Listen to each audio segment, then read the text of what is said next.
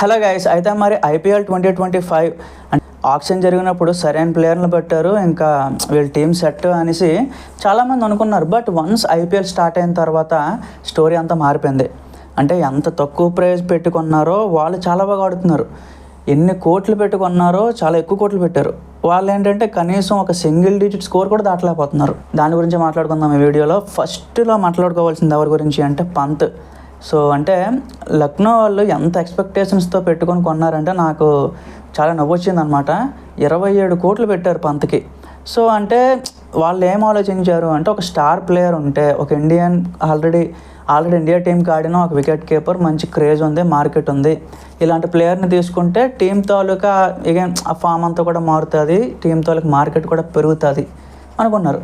But ఇక్కడ ఏంటంటే చాలా తేడా కొట్టేసింది అనమాట. పంత్ ఈ రోజు దాకా ఒక్క 50 కూడా కొట్టలేదు ఐపీఎల్లో. ఆల్మోస్ట్ 9-10 మ్యాచ్లు అయితే ఆడడం జరిగింది. ఇంత ఫ్లాప్ ఆటని అదే కూడా ఇన్ని కోట్లు పెట్టి 50 కూడా కొట్టలేకపోవడం చాలామంది అయితే ట్రోల్ చేస్తున్నారు. కొంతమంది ఏంటంటే యాక్సిడెంట్ అయింది, అదైంది, ఇదైంది వెనకేసుకు వస్తున్నారు గైస్. బట్ అవి చాలా రోజులు అయింది.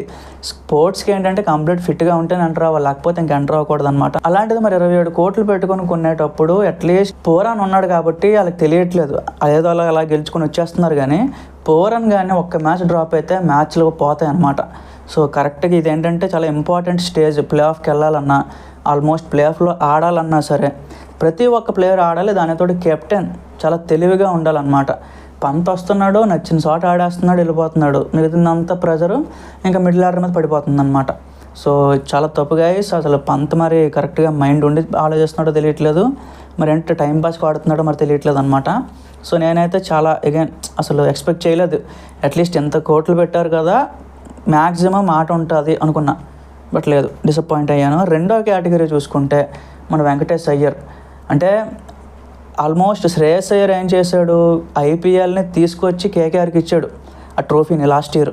బట్ కేకేఆర్ కనీసం ఒక మానవత్వం లేకుండా శ్రేయస్ అయ్యర్ని అయితే బయటకు వదిలేసిందనమాట. సో అలాంటిది వెంకటేష్ అయ్యర్ని మాత్రం వెనక్కి అలా ఉంచుకుంది 23 crores పెట్టి. మరి అసలు ఏం నచ్చిందో వెంకటేష్ అయ్యర్లో, అసలు ఏం చూసారో మరి తెలియదు. అఫ్కోర్స్ ఆడతాడు గైస్, ఆడడం అని చెప్పట్లేదు.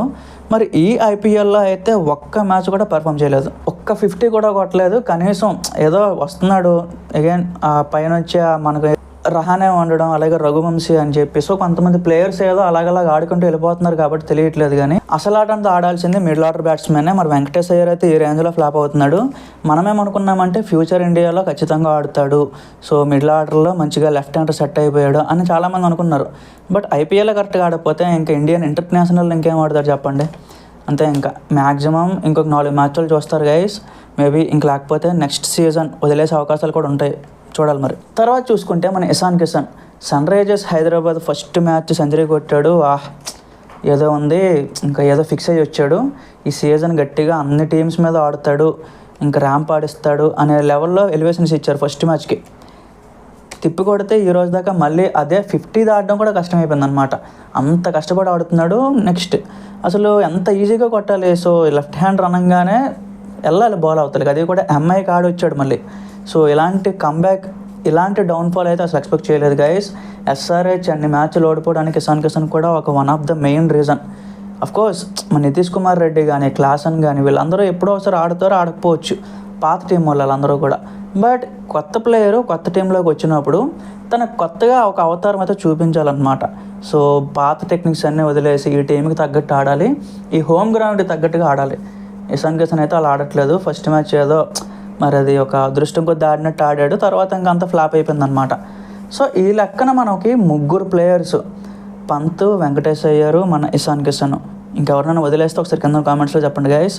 One of the worst buys అని చెప్పుకుంటాను నేను. Thank you guys.